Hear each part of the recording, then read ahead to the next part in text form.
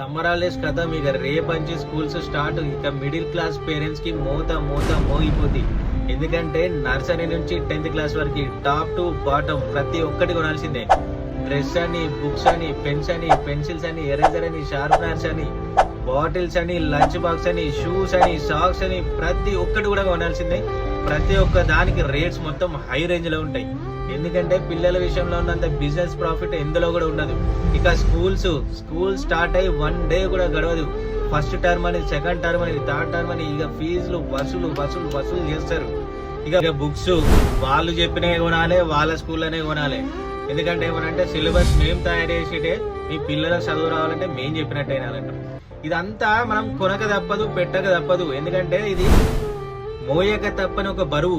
ఈ బరువు ఎంతనో ఉన్నోనికి ఏం పరగబడది, బలిసినోనికి ఏం పరగబడది, లేనోనికే ఈ బరువు ఎంతనో తెలుస్తుంది. ప్రతి ఒక్క మిడిల్ క్లాస్ పేరెంట్స్ కి ఈ వీడియోని షేర్ చేయండి.